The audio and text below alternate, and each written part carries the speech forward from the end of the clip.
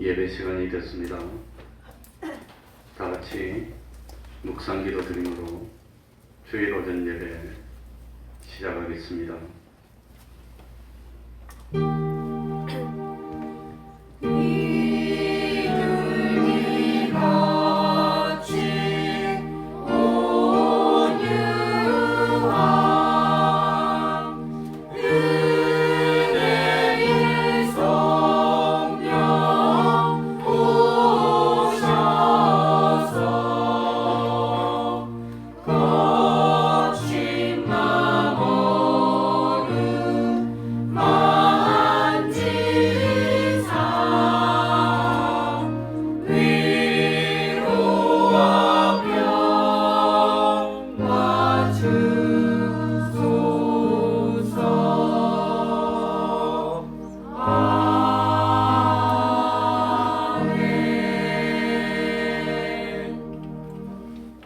하나님 아버지, 이 시간에도 우리를 변함없이 사랑하여 주시고 하나님 앞으로 불러주셔서 하나님께 산 제사 드리고 은혜 받으며 능력 받고 참 구원을 향해 갈 수 있도록 하여 주셨으니 진실로 감사드립니다. 하나님 아버지, 우리 삶이 온전히 변화될 수 있도록 하여 주옵소서. 이제는 예수 그리스도를 영접하여서 주님이 인도하시는 대로 따르는 복된 삶을 살게 하여 주옵소서. 안 믿는 이방 사람들처럼 언제까지나 무엇을 먹을까, 무엇을 마실까, 무엇을 입을까 염려하며 사는 저희들이 되지 않도록 하여 주시고 모든 근심과 걱정 주님께 맡길 수 있는 은혜 베풀어 주옵소서. 주님 안에서 기쁨을 누리고 평안을 누리며 참 세상에 보이는 것을 초월하여서 참 영생의 소망으로 부활의 소망으로 살 수 있는 저희들이 되게 하여 주옵소서. 하나님 아버지, 언제까지나 의심하고 불충하는 그런 참 불신앙의 병들을 다 고침 받도록 하여 주옵소서. 하나님께 순종하고 따르기만 하면 부족함이 없는 삶을 살 수 있고 실패는 피하고 하나님이 주시는 기쁨을 누릴 수 있으며 참 우리 주님이 주시는 참 세상이 주는 것 같지 않은 위로를 받고 평안을 누릴 수 있을 줄 압니다. 하나님 아버지, 진실로 보이는 것은 잠깐이고 보이지 않는 것은 영원하다는 사실을 믿는 저희들이 되게 하여 주셔서 세상에 피동되지 않도록 하여 주시고 세상이 어떻게 된다 할지라도 변함없이 우리 주님처럼 어제도 오늘도 내일도 참 주님이 갈 길을 가신 것처럼 믿음의 길을 갈 수 있는 저희들이 될 수 있도록 하여 주옵소서. 하나님 아버지, 참 많은 사람들이 점점 더 세상이 참 각박해지리라 합니다.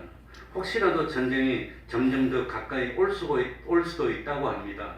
하나님 아버지, 하나님께서 우리나라를 지켜주셔서 참 안보하여 주시고 또 참 하나님께서 우리를 참 보호하여 주셔서 이 나라 경제가 점점 든든하게 하여 주시고 마음 놓고 하나님을 외쳐 부르며 주님의 이름을 전파하는 하기에 부족함이 없는 저희들이 되게 해 주시고 우리 태평동 교회가 반석 위에 선 교회 되게 해 주시고 우리 태평동 교회 권속의 가정들이 참 하나님이 주시는 기쁨이 넘치는 복의 가정들 다 될 수 있도록 하여 주옵소서. 하나님 아버지, 이 시간 부를 자를 불러주시고 주님의 이름으로 모인 곳곳마다 하나님의 은총이 함께하여 주시기를 바라며 예수님 이름으로 기도하옵나이다. 아멘. 자리에서 일어나셔서 찬송가 102장입니다. 찬송가 102장이 되겠습니다.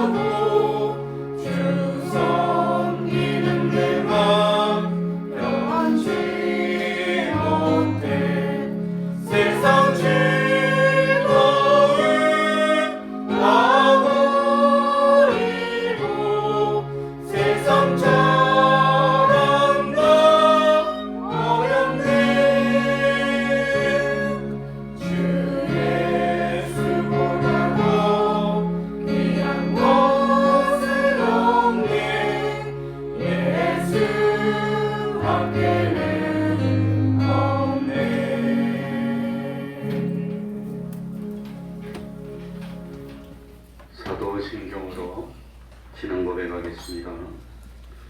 전능하사 천지를 만드신 하나님 아버지를 내가 믿사오며 그 외아들 우리 주 예수 그리스도를 믿사오니 이는 성령으로 잉태하사 동정녀 마리아에게 나시고 본디오 빌라도에게 고난을 받으사 십자가에 못 박혀 죽으시고 장사한 지 사흘 만에 죽은 자 가운데서 다시 살아나시며 하늘에 오르사 전능하신 하나님 우편에 앉아 계시다가 저리로서 산 자와 죽은 자를 심판하러 오시리라. 성령을 믿사오며 거룩한 공회와 성도가 서로 교통하는 것과 죄를 사하여 주시는 것과 몸이 다시 사는 것과 영원히 사는 것을 믿사옵나이다. 아멘. 자리에 앉으셔서 찬송가 258장입니다.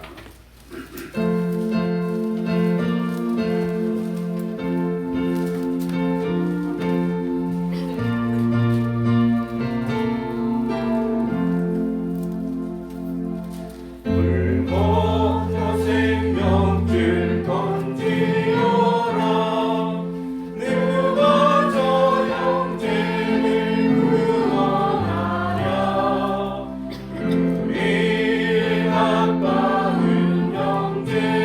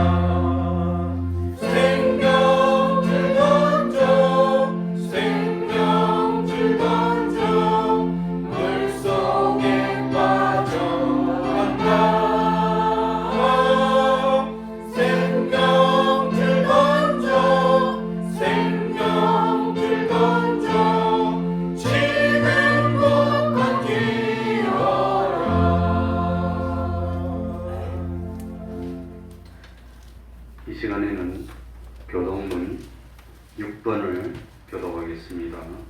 교동문 6번입니다.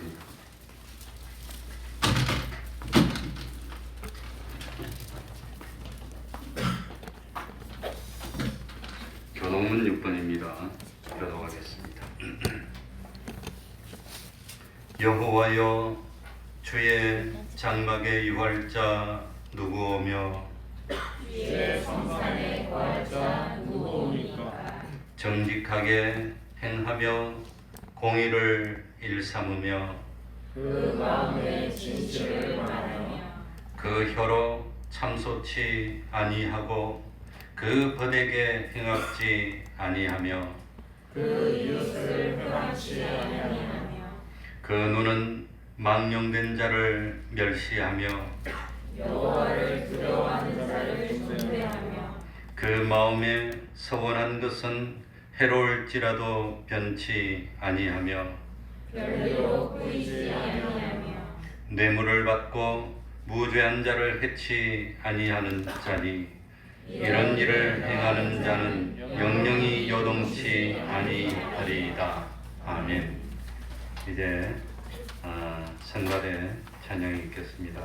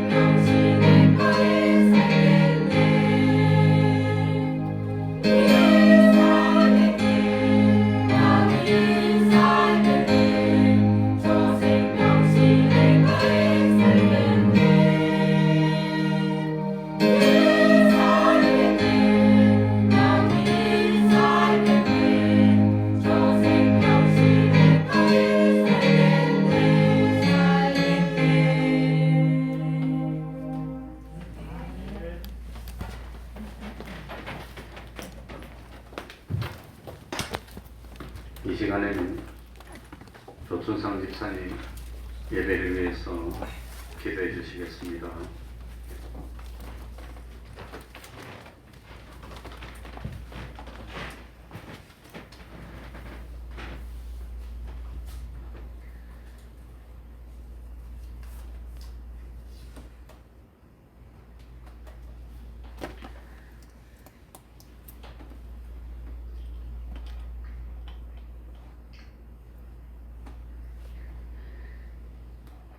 하나님 아버지, 항상 우리에게 주시는 그 귀한 은혜에 이 시간 또 한번 감사함을 드립니다. 하나님, 우리를 사랑해 주시고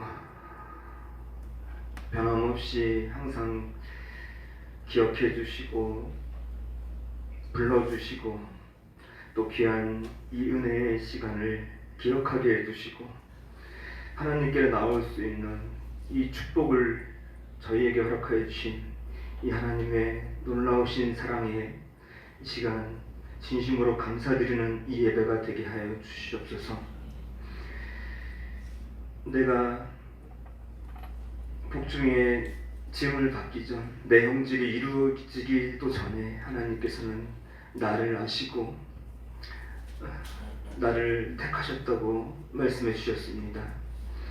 하나님, 나를 지으신 분은 우리 하나님이오니 내 가는 모든 길도 주께서 아시고 내 생각도 내가 말하는 모든 것들도 내 마음속에 있는 모든 그런 생각들도 하나님께서 이미 다 알고 계시고 하나님께서 주장하시고 인도하시는 나의 삶인 것을 하나님 이 시간 주님께 고백하는 시간 되게 하여 주시옵소서. 내가 가는 길은 하나님 주님께서 나를 위하여서 가장 좋은 그런 유익한 길로 예비해 주신 그러한 길이라고 우리가 말씀을 통해서 배웠습니다. 하나님, 또한 우리가 이 세상 사는 것은 우리가 나온 그 본향 하늘나라를 바라보면서 다시 그 본향으로 들어가서 영원토록 하나님과 함께 살 그 때를 준비하는 이 삶이라고 우리가 말씀을 통해서 배웠습니다. 하나님, 우리의 본질, 우리의 본향, 우리가 이 세상에 지음받은 이 목적, 우리가 살면서 이것을 잊지 말게 해 주시옵소서. 하나님께서 우리를 무엇 때문에 만드셨고 또 택하셨고 어떠한 삶을 살게 하시고 그 삶 가운데로 어떻게 인도하시는지 항상 하나님의 관점에서 하나님께 구하면서 그렇게 주님과 동행하면서 살 수 있는 믿음 있는 저희들이 되게 해 주시옵소서. 때때로 세상에 어떤 것들이, 세상에 어떤 어려운 것들이 우리 마음을 짓누르고 어렵게 하고 우리를 혼란스럽게 할 때가 있습니다. 또 항상 우리 마음속에는 되짚고 싶은 마음이 있습니다. 하나님의 말씀을 떠나서 내 기분 감정대로 살고 싶은 그러한 마음들도 늘 우리에게 있습니다.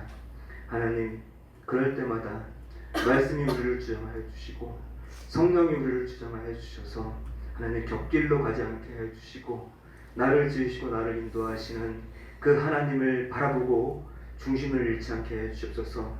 나를 구원하신 예수님의 그 사랑 잊지 말게 해주시옵소서. 죽는 그 순간까지 하나님 이 사랑에 휩싸여서 살 수 있는 그러한 저희 한 사람 한 사람이 되게 하여 주시옵소서. 주님, 우리 태평로교회 지금 흩어져 있는 청년들, 학생들, 우리 믿음의 자녀들 어디에서 무엇을 하고 있는지 하나님 불러주시옵소서. 긍휼 베풀어 주시옵소서. 각 가정에 우리 기성세대는 믿음의 본을 보일 수 있는 그러한 어른들이 되게 해주시고 자녀들은 또한 그런 부모님의 모습을 보고 믿음으로 살겠노라고 다짐할 수 있는 그러한 믿음의 가정들이 다 될 수 있도록 인도하여 주시옵소서. 하나님, 여러 가지 어려움 속에서 육신과 마음과 몸이 연약하여 서물어져 있으니까 하나님 붙잡아 주시옵소서. 긍휼 베풀어 주시옵소서. 그럴 때가 바로 하나님을 만날 만한 때고 더욱 하나님께 의지하고 믿음이 자랄 수 있는 그러한 때인 줄 알고 더 겸손히 경건하게 하나님께 나와 자복하고 근신하며 주님 오실 그날을 기다릴 수 있는 믿음으로 성장케 하여 주시옵소서. 하나님, 세워주신 교회와 가정과 각 성도들과 어린아이 갓난아이 하나에 이르기까지 오직 하나님을 뜨겁게 찬양하고 기도하고 하나님 말씀에 감화되어서 주님 말씀으로 교제할 수 있는 그러한 실력 있고 믿음 있는 충성된 교회가 되게 해 주시옵소서. 세워주신 목사님, 각 기관들, 각 구역들, 각 봉사하는 모든 손길 위에 하나님 강건함을 허락하여 주시고 늘 평안을 구하오니 우리 모두에게 평안을 허락하여 주시옵소서. 이 예배 끝까지 주장하여 주시고 악한 마귀 틈타지 아니하도록 오직 하나님만 기뻐하고 하나님만 생각하는 귀한 예배로 인도해 주시옵소서. 예수님의 이름으로 기도드렸습니다.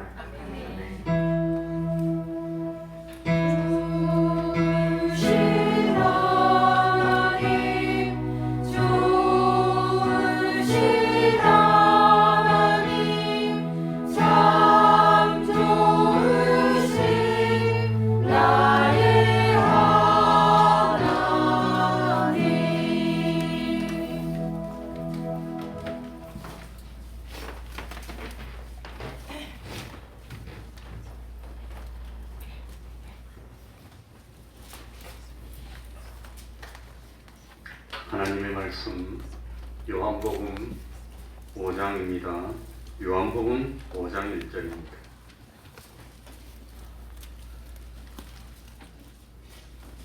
요한복음 5장 1절입니다. 제가 읽겠습니다. 그 후에 유대인의 명절이 있어 예수께서 예루살렘에 올라가시니라. 예루살렘에 있는 양문 곁에 히브리 말로 베데스다라 하는 못이 있는데 거기 행각 5이 있고 그 안에 많은 병자, 소경, 절뚝발이, 혈기 마른 자들이 누워 물의 동함을 기다리니 이는 천사가 가끔 못에 내려와 물을 동하게 하는데 동한 후에 먼저 들어가는 자는 어떤 병에 걸렸던지 낫게 되리라. 거기 38년 된 병자가 있더라. 예수께서 그 누운 것을 보시고 병이 벌써 오랜 줄 아시고 이르시되 뇌가 낫고자 하느냐. 병자가 대답하되 주여 물이 동할 때에 나를 못에 넣어줄 사람이 없어 내가 가는 동안에 다른 사람이 먼저 내려가나이다. 예수께서 가라사대 일어나 뇌 자리를 들고 걸어가라 하시니 그 사람이 곧 나아서 자리를 들고 걸어가니라. 아멘. 9절 상반절까지 읽었습니다.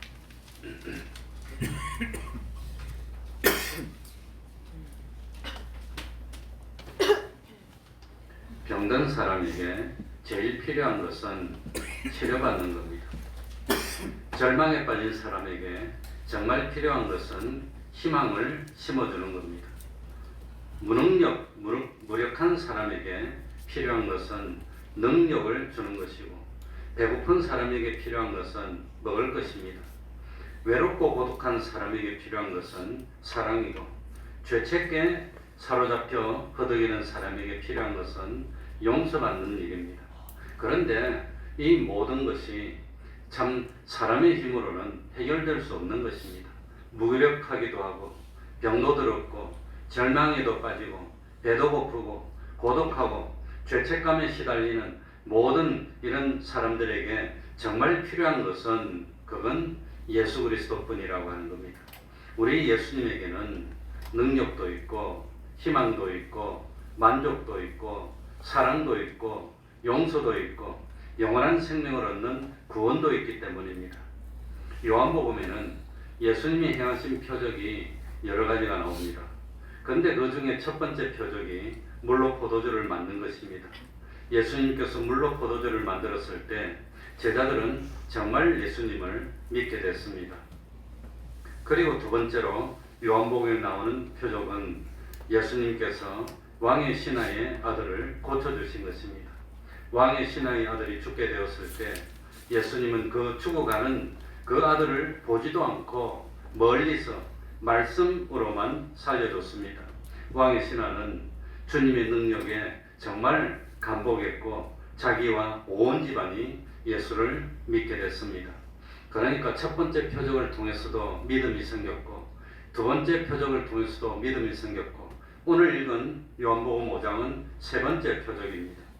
예수님께서 베데스다 연못가에서 38년이나 된 병자를 고쳤을 때 일어난 반응은 그건 참 앞에 두 가지 반응과는 다른 반응이었습니다.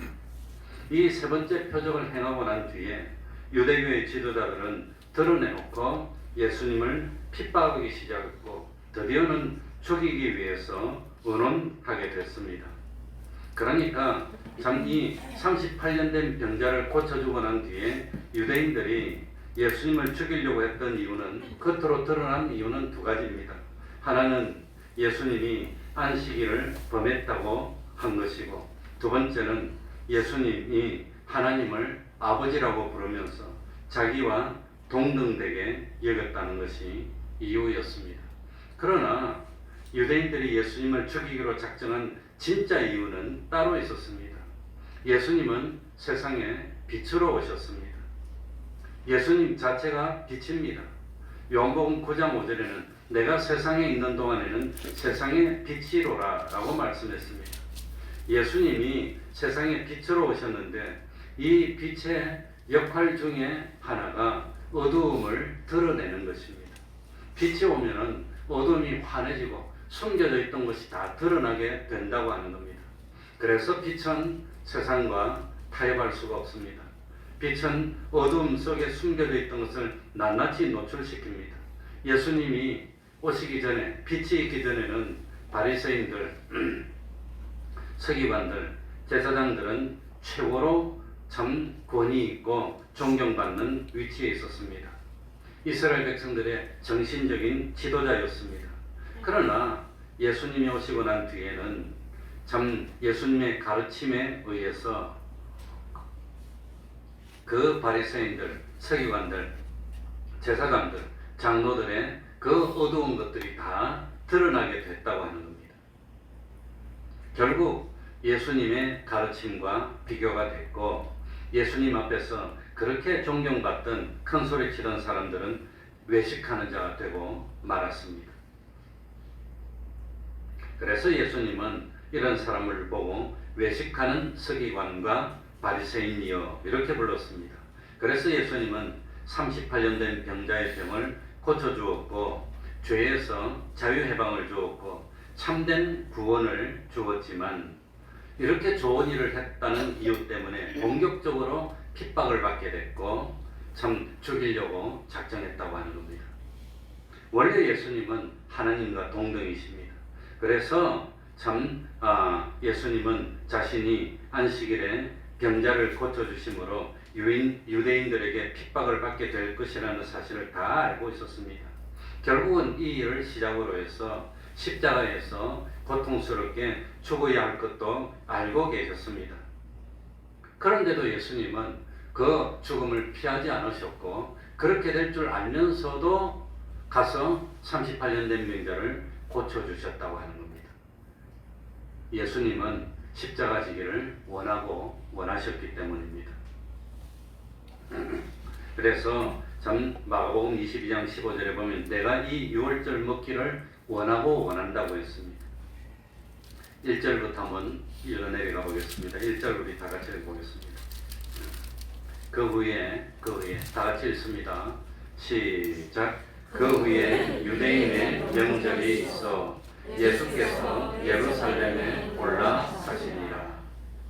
예수님께서 왕의 신하의 아들을 고쳐주신 후에 유대인들의 명절이 됐습니다. 그래서 예루살렘으로 올라갔습니다. 특별히 요한복음에는 예수님께서 큰 명절이 있을 때마다 예루살렘으로 올라가시는 모습이 기록되어 있습니다. 예수님은 유대 땅 어디서 태어나셨지요? 베들레헴에서. 베들레헴은 예루살렘보다 한 2km쯤 남쪽에 있습니다. 제가 베들레헴에서 이틀이나 먹어봤습니다. 베들레헴, 그리고 이 예수님은 애국으로 피신했다가 성장하기는 어디서 성장했지요? 나사렛에서. 그래서 예수님은 어디 사람이라고 불립니까? 나사렛 사람이라고. 나사렛에서 성장하고 공생애를 할 때는 어디서 살았지요? 가버나움에서. 그래서 태어나기는 예루살렘보다 남쪽에서 베들레헴에서 태어났고, 성장하고 활동하기는 저 예루살렘 북쪽인 갈릴리 지방인 거기서 활동했었습니다. 대부분 갈릴리 지방에서 활동하시다가 예루살렘으로 한 번씩 내려오시는데 언제 내려오셨지요? 내려오는 게 아니라 올라오지. 예루살렘이 수도니까. 예루살렘으로 오는데 언제 올라오셨지요? 명절이 되면.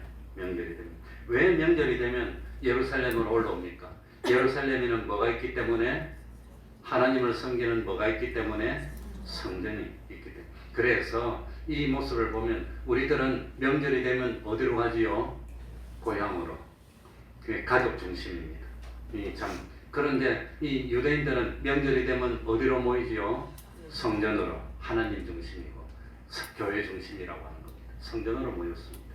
그것만 봐도 예루살렘 사람들의, 이 이스라엘 사람들의 삶 자체가 얼마나 하나님의 중심의 삶이었는지 근본적으로 그런 삶을 살았다고 하는 겁니다. 그런데 오늘 1절에 보면은 유대인들의 명절은 명절인데 무슨 명절이라고 나오지를 않습니다. 이 이스라엘 백성들에게는 3대 명절이 있습니다. 3대 명절이 뭐였지요? 무슨 절? 추석절? 좀 있으면 구정인데 6월절, 그 다음에 오순절, 그 다음에 장막절. 요 세 가지가 이 이스라엘 사람들의 명절이었습니다.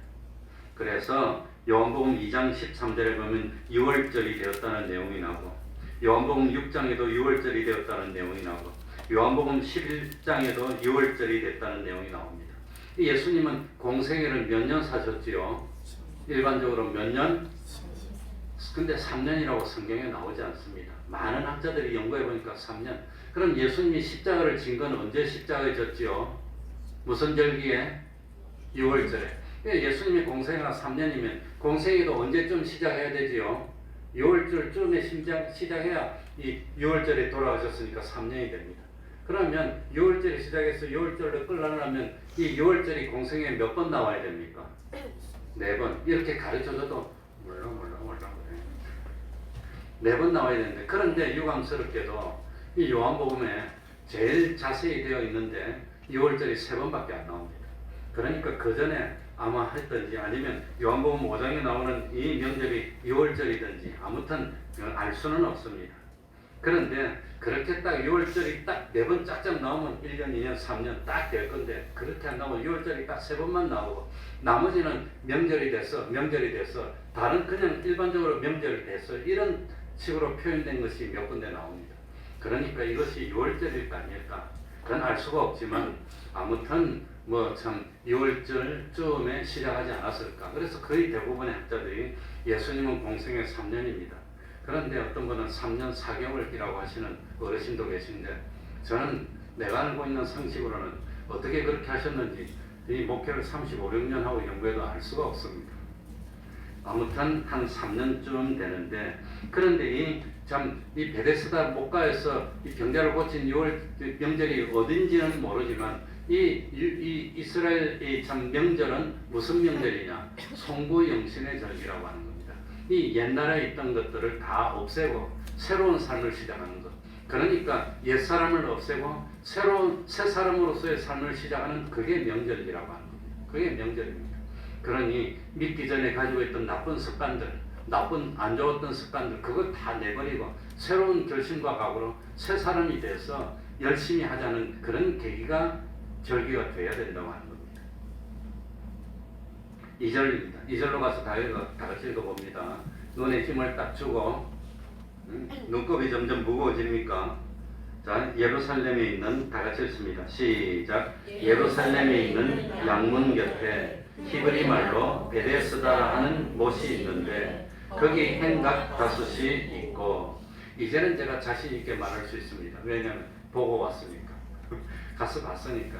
그전에는 책만 보고 베데스다 못이 한 일자처럼 이렇게 하나 있고 이렇게 하나 있고 행각이 주변에 5개 있고 양문이 있고 그러니까 참 이 예루살렘 성전에는 어문도 있고 마문도 있고 느헤미야에 보면 그렇게 나옵니다. 그런데 이것은 양문이고 그렇게 말로만 하고 책만 봤는데 이번에는 실제로 가서 봤습니다. 양문인데 지금 나오는 이 지도에는 사자문이라고 되어 있습니다. 왜냐하면 16세기경에 이 무슬림들이 예루살렘 점령해가지고 그 바꿔버립니다. 그래가지고 그 양문 위에 사자 모양을 딱 넣어놓고 사자문이라고 불립니다. 그래서 지금도 라이온이라고 해놨더라. 양 사자문이라고 되어 있는데 우리 예수 믿는 사람은 전통적으로 거기 참 성전하고 가깝습니다. 양문이 이 양을 데리고 와서 제사 드리는 때 통과했기 때문에 양문이라고 부르고 이 무슬림들이 점령하고 난 데는 사자문이라고 했고 예수님 당시에는 바로 이 양문 바깥으로 나와서 스데반이 돌에 맞아 죽습니다.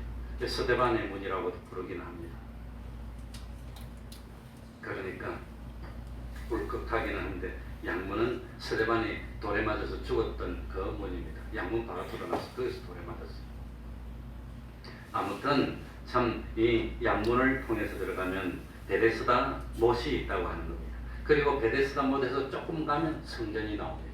그런데 그 성전은 지금은 그 뭡니까 골든 그 황금 그 도움 골든 도움으로 돼갖고 무슬림들이 되어 있고 아무튼 거기를 갖다가 쪼개놨어요.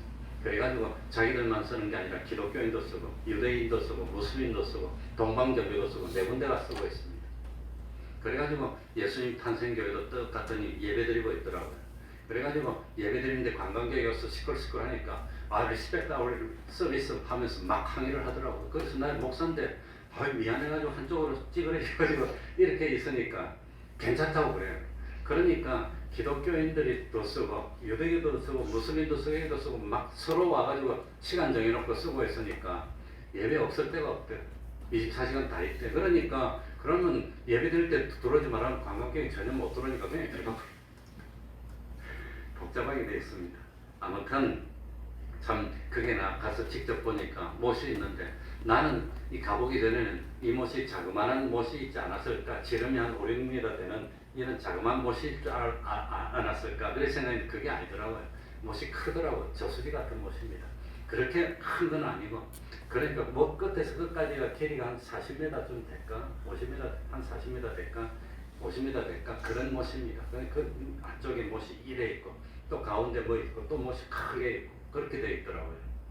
그런데 행각이 5개가 있었고 거기에는 참 어쨌든지 많은 병제가 있었다고 한 겁니다. 그래서 아랫못이 있고 윗못이 있고 근데 지금은 실제로 와서 보니까 애국도 그렇고 그 예수님 당시보다 땅바닥이 한 7, 8m 높아져 버렸어요. 높아졌어요. 그러니까 많이 파여 나옵니다. 왜 그리 높아졌나? 이 똑같은 이 장소에다가 이 망해가지고 덮어버리고 거기 또 짓고 또 망해서 또 덮고 또 짓고 또 짓고 그래가지고 이렇게 높아져 버렸어요. 지금도 우리나라도 도시 같은 데서 유물을 팔면 저 밑에서 나오는 이유가 덮고 또 세고 덮고 또 세고 덮고 또 세고 그래가지고 그렇게 돼버렸어요. 거기도 가보니까 그렇더라고요. 3절입니다. 3절에 가봅시다. 그 안에 3절 4절입니다. 시작. 그 안에 많은 병자, 소경, 절뚝발이, 혈기 마른 자들이 누워 물의 동함을 기다리니 이는 천사가 가끔 못에 내려와 물을 동하게 하는데 동한 후에 먼저 들어가는 자는 어떤 병에 걸렸든지 낫게 되리라. 그런데 이 큰 대가로를 쳐놨습니다. 여기. 그리고 밑에 보면 어떤 사본에는 이 가론의 구절이 없고 이렇게 되어 있습니다. 어떤 사본에는 없고 어떤 사본에는 있고 왜 이렇게 됐을까? 천사가 가끔 내려와서 물을 철렁이고 그때 먼저 들어가면 병을 고침 받는다는 내용이 이게 참 어떤 우화 같기도 하고 동화 같기도 하고 그래서 참 어떤 사본에는 이걸 그냥 뺐다고들 합니다. 그런데 여기 독특하게 참 하나님이 병을 고쳐주는데 먼저 들어오면 병 고쳐준다 하는 그런 내용이 있는데 이건 성경에 한 번밖에 나오질 않습니다.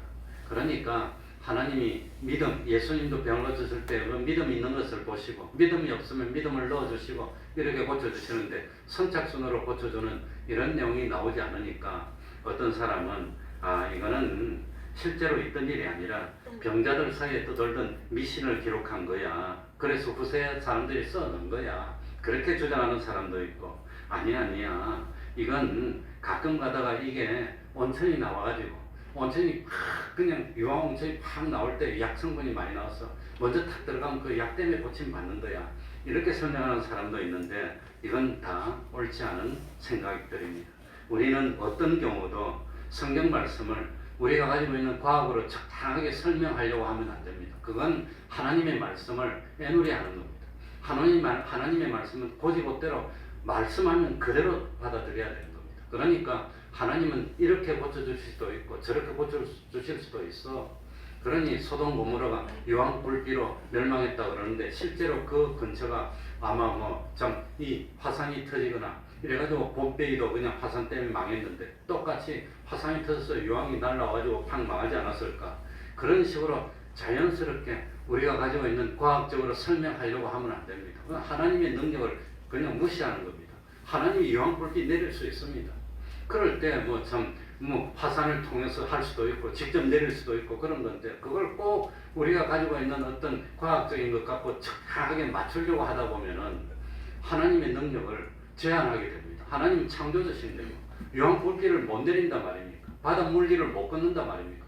그런 식으로 설명하다 보면 사람이 어떻게 바다 물길을 걸어? 예를 들어서 교훈적으로 설명하기 위해서 그렇게 하는 거지. 그게 칼바르트주의, 장로의 신학,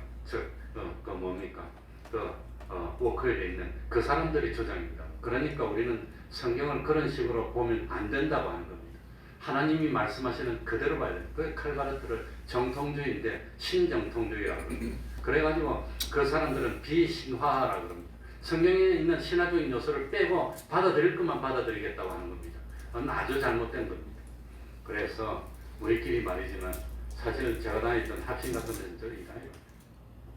그만큼 성경은 있는 대로 받아들여야 돼요.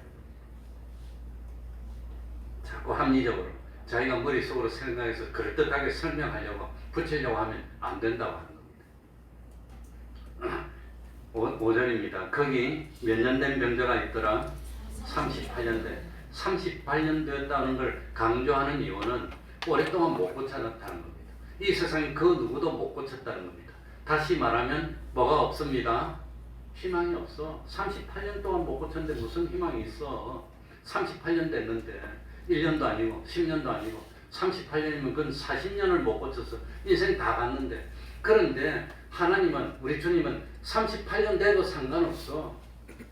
그러니까 뭐 아들을 살려달라고 했는데 와가지고 그냥 뭐 시간 지체하다고 아들이 죽었어. 이제 예수님 괴롭히지 마세요. 죽었으니까. 그래도 상관없어. 죽어도 살릴 수 있어. 이게 주님이라고 하는 겁니다. 그러니까 사실 38년 된 병자를 고쳐주신 이유는 하나님의 주권적인 사랑입니다. 왜 38년 된 병자에게 갔을까? 이 38년 된 병자는 무슨 의로움이 있고 믿음이 좋아서 갔을까? 그거 아닙니다. 하나님이 딱 집어서 간 겁니다. 하나님의 선택입니다. 그런데 하필이면 선택했는데 왜 38년 된 병자를 선택했을까요? 우리 사람들이 생각해 봤습니다. 그 베데스다 목가의 그 수많은 병자 중에서 최고로 중환자가 아니었을까? 제일 희망이 없는 사람이 아니었을까? 이런 사람이라도 고칠 수 있다면 세상에 못 고칠 사람이 어디 있어? 난 38년 된 병자인데도 고침받았어. 그렇다면 37년 된 병자는, 30년 된 병자는 다 고칠 수 있지. 사도 바울 같은 사람이 어떻게 하나님의 일꾼이 될 수 있어? 죄 없는 스데반을 때려 죽였는데, 나 같은 사람도 변화돼서 하나님 일꾼 됐는데 이 세상에 변화되지 못할 사람이 어디 있어? 주님은 그 말을 하고 싶었던 것이 아닐까, 그렇게 생각합니다. 그리고 또 한 가지는 이 38년 된 병자는 스스로의 능력으로 일어서지도 못하고, 이거 뭐 주님을 만났음에도 불구하고 뭐라고 변명하고 있습니까? 내가 낫고자 하느냐 그럴 때 고쳐주세요. 고치기를 원합니다. 이러면 될 텐데, 그러면 될 텐데 변명하고 있습니다. 뭐라고 변명합니까? 여기 보니까 뭐라고 하지요? 자, 6절에 보시기 바랍니다. 예수께서 그 누운 것을 보시고 병이 벌써 뭐한 줄 아시고? 오랜 줄 다 알고 있어. 오랜 줄 알고 있어. 알고 찾아가신 겁니다. 모르고 가신 것이 아닙니다. 내가 낫고자 하느냐 물어봤습니다. 그러면 낫고자 하느냐 그러면 주님 고쳐주세요. 고치고 싶습니다. 이래면 될 텐데 뭐라고 변명합니까? 7절입니다. 다 같이 보고 있습니다. 병자가 시작. 병자가 대답하여 가되 주여 물이 동할 때에 나를 못에 넣어줄 사람이 없어 내가 가는 동안에 다른 사람이 먼저 내려가나이다. 이 사람은 누구 탓하고 있습니까? 다른 사람 탓하는 거예요. 우리도 그러지 않습니까? 참 저 사람 나 좀 잘 봐주면 될 텐데, 좀 도와주면 될 텐데, 좀 봐주면 될 텐데 꼭 사람 탓하고 있는 겁니다. 사람 탓. 그게 우리 모습이라고 하는 거예요. 세상 살면서 꼭 나 좀 말 좀 잘 들으면 될 텐데 저게 말을 안 듣고 어쩌고 저쩌고 사람 탓한다는 겁니다. 왜 사람 탓합니까? 주님만 만나면 되는데, 주님만 만나면 그 다음에 8절에 뭐라? 예수께서 가라사 일어나 내 자리를 들고 뭐하라? 주님이 걸어가라 하면 가면 되는데 주님을 앞에 만났는데 왜 다른 사람 탓하고 있냐는 겁니다. 주님이 오셨는데 주님만 오시면 모든 문제는 해결되는 겁니다. 주님을 만나지 못해서 교회 나와가지고 절대로 그냥 가시면 안 됩니다. 누굴 만나야 됩니까? 주님을 만나면 될 텐데, 주님만 만나면 되는데, 주님을 영접하면 되는데, 그 주님이 나를 찾아오셨는데도 다른 저 사람이 나 좀 방해 안 하면 되는데, 저 사람 나 좀 도와주면 되는데 이러고 앉았다는 겁니다. 이러고 주님의 도움만 받으면 되는데. 그러니까 참 왜 이 베데스다 목가에 그토록 많은 병자가 있었는데 하필이면 이 사람에게 찾아갔을까? 이 사람은 뭐 믿음이 특별히 좋았나? 의로움이 있었나? 그게 아닙니다. 하나님이 선택했습니다. 이 자리에 나와 있는 우리들 다 어쩌다가 이 자리에 나왔습니까? 하나님이 불러주셔서 선택해 주셨다는 거. 그게 은혜입니다. 그런데 선택 못 받은 사람 어쩝니까? 그거? 그러면 참 하나님이 잘못입니까? 죄입니까? 우리를 도와준 게 불의입니까? 그게? 수많은 사람이 다 죽어가는데 나를 살려줬으면 좋은 일 한 겁니까? 나쁜 일 한 겁니까? 근데 왜 다른 사람은 안 도와줍니까? 그 사람 잘못했다 할 수 있습니까? 그러니까 그건 하나님의 주권적인 선택입니다. 선택받았으면 감사할 뿐입니다. 그래서 참 로마서 9장 13절부터 15절에 기록된 바 내가 야곱은 사랑하고 에서는 뭐하였다 함과 같으니라 미워하였다 함과 같으니라. 그런즉 우리가 무슨 말하리요? 하나님께 불의가 있느냐? 그럼 야곱은 사랑했는데 야곱 사랑한 게 그게 잘못이냐는 겁니다. 불의입니까 그게? 다 지옥 갈 사람인데 그 중에서 특별히 내가 사랑해서 몇몇 건져줬는데 그게 불의라고 할 수 있느냐고 하는 겁니다. 제가 좋아하는 그 참 얘는 이 배가 뒤집어졌어요. 그래서 뱃속에 있는 사람이 타고 있던 사람 한 300명이 물에 빠져서 허덕였습니다. 어떻게 다 건집니까? 다 흩어졌는데. 그런데 희한하게 보드 타고 와가지고 걸리는 대로 막 건져줬어요. 막 건져줬는데 안타깝게도 그 중에서 한 수십 명 건졌는데 나머지 다 죽었어요. 그러면 참 그 건지지 못한 사람들이어서 우리 애는 왜 안 건졌냐고 너는 그럴 수 있습니까?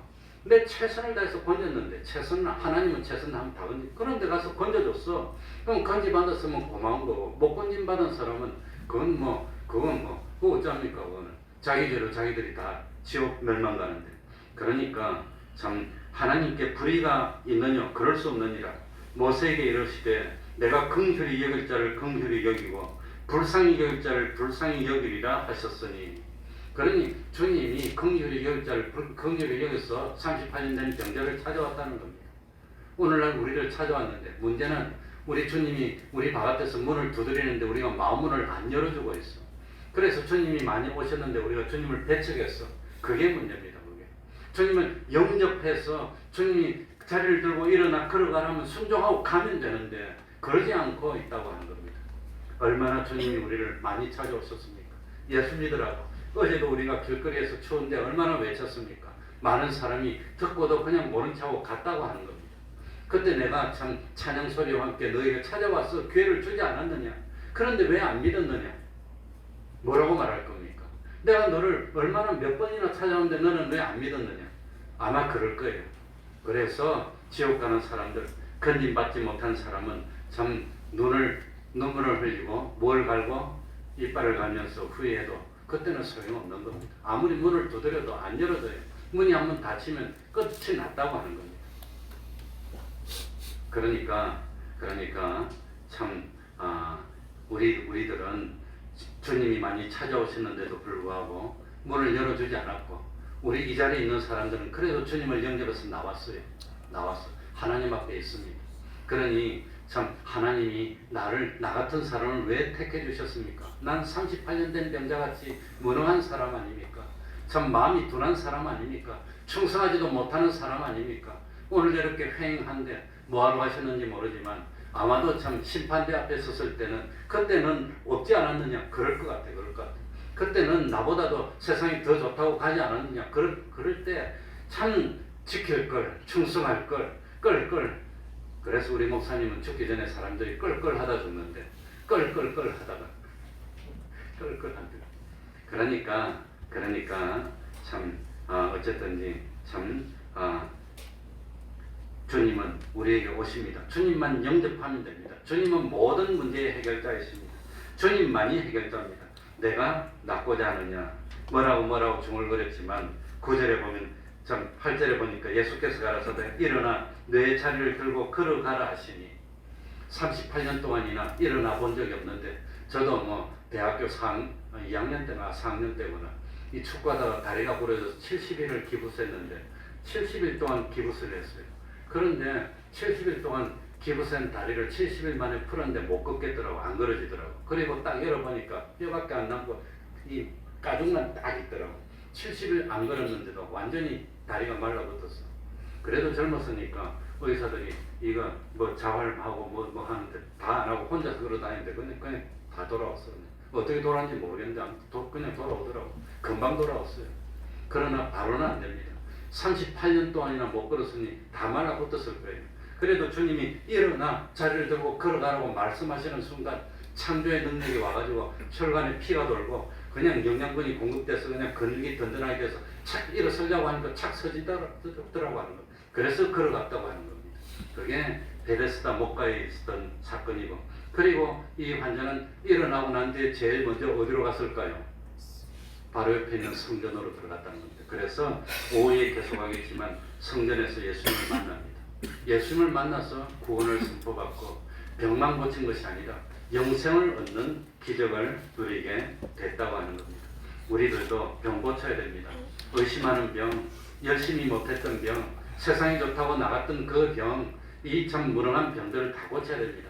언제까지 머뭇하고 한쪽 다리는 세상이 없고 한쪽 발은 교회에 걸치면서 왔다 갔다 하고 그러겠습니까?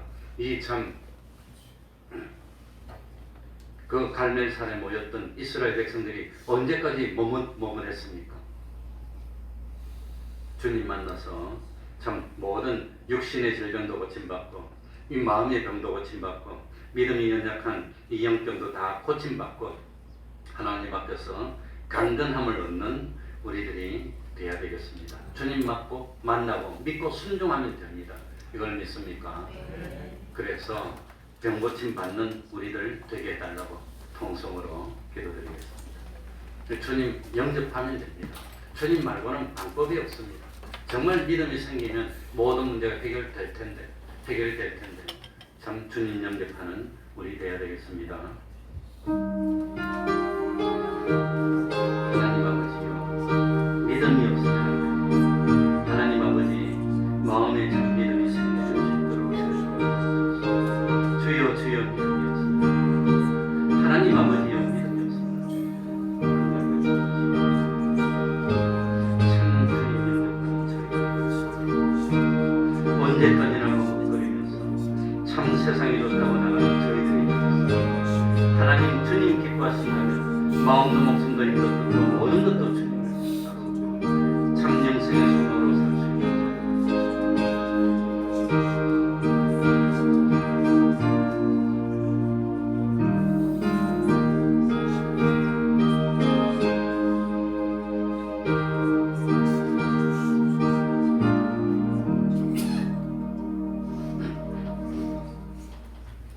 찬송 올리겠습니다. 찬송가 464장입니다.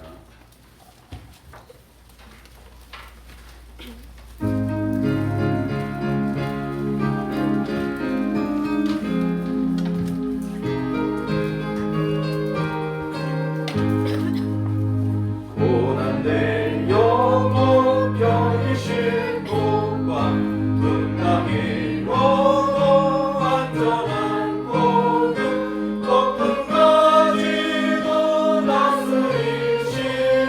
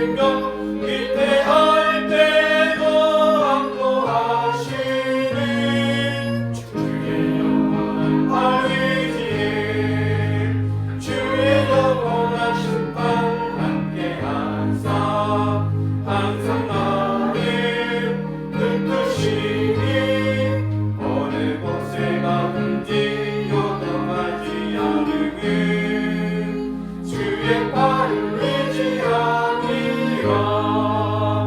능치 못한 것 주께 없으니 나의 인생을 주께 맡기며 나의 모든 짐 대신 지시는 주의 영원한 팔을 지에 주의 영원하신 팔 함께 하사 항상 나를 붙드시니 어느 곳에 가든지 요동하지 않음은 주의 팔을 의지함이라.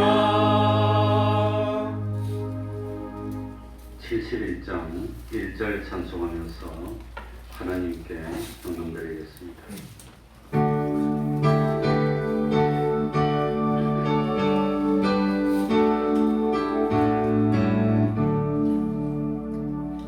내게 있는 모든 것을 아낌없이 바치네. 사랑하고 의지하여 주만 따라가겠네. 주께 드리네. 주께 드리네. 사랑하는 구주 앞에 모두 드리네. 아멘.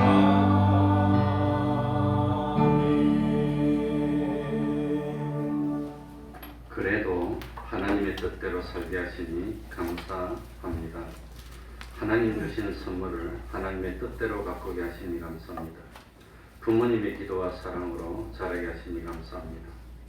환난 가운데 함께 계셔 우리를 위로하시고 피안케 하시니 감사를 드립니다. 기도하겠습니다.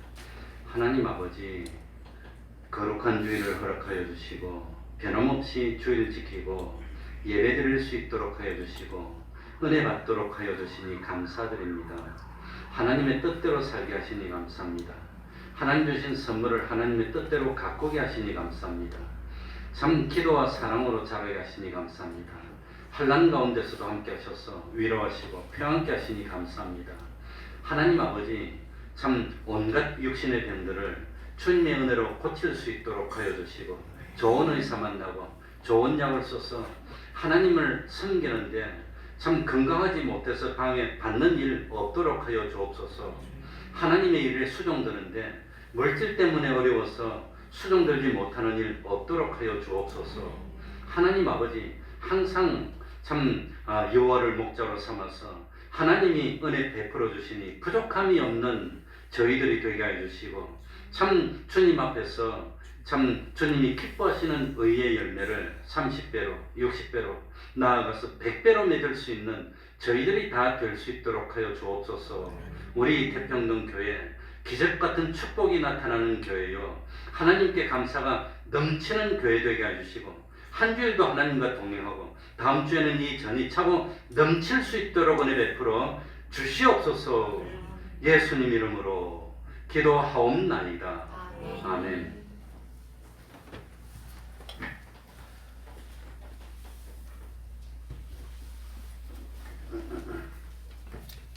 가만히 보니까 구정의 명절이 가까워지는 것 같습니다. 매일 30분 기도, 성경 읽기 전도하기, 가정예배를 생활합시다. 내일부터는 우리 교단의 모든 교육자들이 남해 금양교회 기도원에 모여서 한 주일 동안 정말 사경회를 합니다. 사실 웬만한 사람은 못 견딜 겁니다. 하루 3번 예배 드리는데 새벽 기도는 새벽 4시부터 시작하고 오전 예배는 10시,